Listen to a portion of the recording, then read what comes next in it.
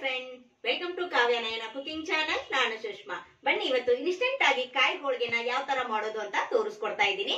ಹಿಟ್ಟು ನಾದೋದು ಬೇಡ, ಹಾಗೆ ಹೂರ್ಣ ರುಬ್ಬೋದು ಬೇಡ, ಯಾವ್ದು ತೊಂದರೆ ಇಲ್ದಂಗೆನೆ ಇನ್ಸ್ಟೆಂಟ್ ಆಗಿ 5 ನಿಮಿಷದಲ್ಲಿ ಕಾಯಿ ಹೋಳಿಗೆನ ಯಾವ ತರ ಮಾಡೋದು ಅಂತ ತೋರಿಸ್ಕೊಡ್ತಾ ಇದ್ದೀನಿ.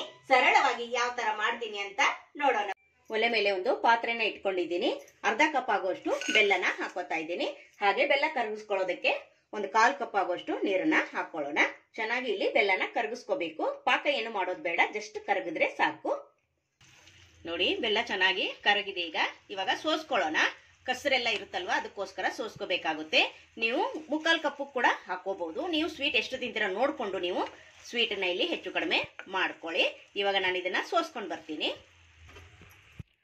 ನೋಡಿ, ಕಸರು, ಕಡ್ಡಿ, ಸಣ್ಣ ಮರಳು ಎಲ್ಲ ಇರುತ್ತಲ್ವಾ, ನೀವು ಚೆನ್ನಾಗಿರೋ ಬೆಲ್ಲ ತಗೊಂಡ್ರೆ ಸೋಸ್ಕೊಳ್ಳೋ ಅವಶ್ಯಕತೆ ಇರೋದಿಲ್ಲ. ಇವಾಗ ಸೋಸ್ಕೊಂಡಿದ್ದೀನಿ. ಚೆನ್ನಾಗಿ ಸ್ವಲ್ಪ ಆರಬೇಕು ಬೆಲ್ಲದ ನೀರು.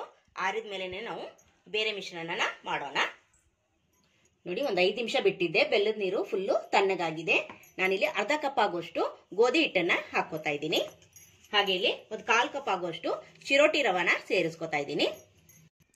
ಹಾಗೆ ಇಲ್ಲಿ ಅರ್ಧ ಕಪ್ ಆಗುವಷ್ಟು ಕಾಯಿ ತುರಿನ ಹಾಕೋತಾ ಇದ್ದೀನಿ.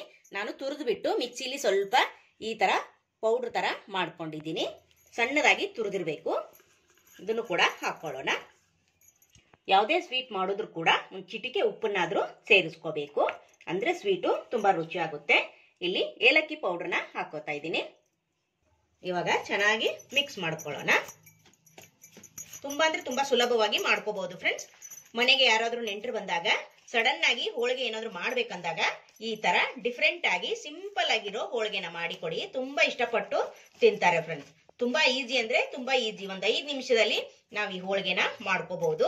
ಕಾಯಿ ಹೋಳಿಗೆ ಅಂದ್ರೆ ಎಲ್ಲರಿಗೂ ಇಷ್ಟ ಅಲ್ವಾ. ನಾನು ಈಸಿಯಾಗಿ ಇವತ್ತು 5 ನಿಮಿಷದಲ್ಲಿ ಕಾಯಿ ಹೋಳಿಗೆನ ಮಾಡೋದನ್ನ ತೋರಿಸ್ಕೊಡ್ತಾ ಇದ್ದೀನಿ. ಇನ್ನೇನು ಹಬ್ಬಗಳು ಕೂಡ ಬರ್ತಾ ಇದೆ, ನೀವು ದಿಢೀರಾಗಿ ಮಾಡ್ಕೋಬಹುದು. ನೋಡಿ, ಇವಾಗ ಚೆನ್ನಾಗಿ ಮಿಕ್ಸ್ ಮಾಡ್ಕೊಂಡಿದ್ದೀನಿ.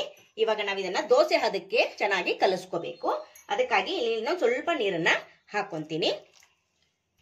ನೀರು ಹಾಕಿ ನೋಡಿ ಚೆನ್ನಾಗಿ ಮಿಕ್ಸ್ ಮಾಡ್ಕೊಳ್ಳೋಣ. ಜಾಸ್ತಿ ತೆಳು ಮಾಡ್ಕೊಳಕ್ ಹೋಗ್ಬೇಡಿ, ಹಾಗೆ ಜಾಸ್ತಿ ಗಟ್ಟಿ ಕೂಡ ಮಾಡ್ಕೊಳಕ್ ಹೋಗ್ಬೇಡಿ. ದೋಸೆ ಬ್ಯಾಟರ್ ಇರುತ್ತಲ್ವಾ, ಆ ಹದದಲ್ಲಿದ್ರೆ ಸಾಕು. ನೋಡಿ, ಈ ತರ ಚೆನ್ನಾಗಿ ಮಿಕ್ಸ್ ಮಾಡ್ಕೋಬೇಕು. ಹೊಸಬ್ರು ಯಾರಾದ್ರೂ ವಿಡಿಯೋ ನೋಡ್ತಾ ಇದ್ರೆ ಪ್ಲೀಸ್ ಸಬ್ಸ್ಕ್ರೈಬ್ ಮಾಡ್ಕೊಂಡು ನೋಡಿ.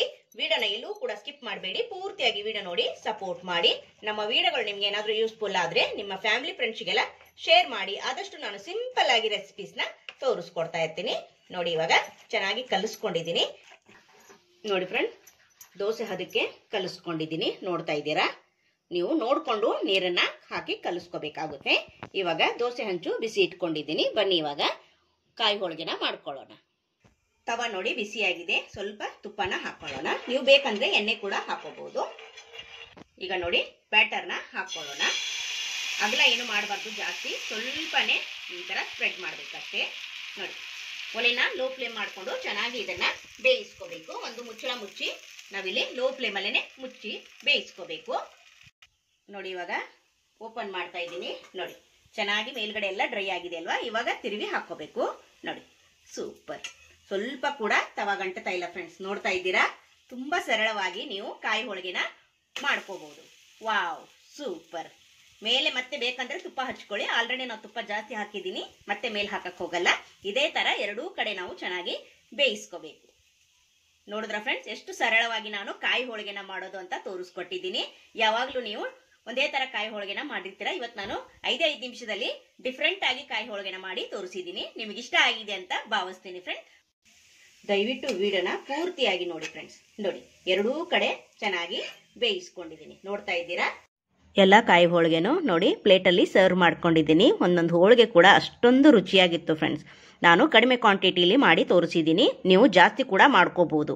ತುಂಬ ಈಸಿಯಾಗಿ ಸರಳವಾಗಿ ಒಂದು 5 ನಿಮಿಷದಲ್ಲಿ ನಾವು ಈ ಕಾಯಿ ಹೋಳಿಗೆನ ಮಾಡ್ಕೋಬಹುದು. ಯಾವಾಗಲೂ ಒಂದೇ ಥರ ಮಾಡಿ ಬೇಜಾರಾಗಿರುತ್ತೆ. ಈ ಕಾಯಿ ಹೋಳಿಗೆನ ಮಾಡಿ ನಿಮಗೂ ಕೂಡ ಇಷ್ಟ ಆಗುತ್ತೆ. ನಮ್ಮ ವಿಡಿಯೋ ನೋಡಿದ್ದಕ್ಕಾಗಿ ನಿಮ್ಮೆಲ್ಲರಿಗೂ ಧನ್ಯವಾದಗಳು. Thank you for watching. ನಮಸ್ಕಾರ ಫ್ರೆಂಡ್.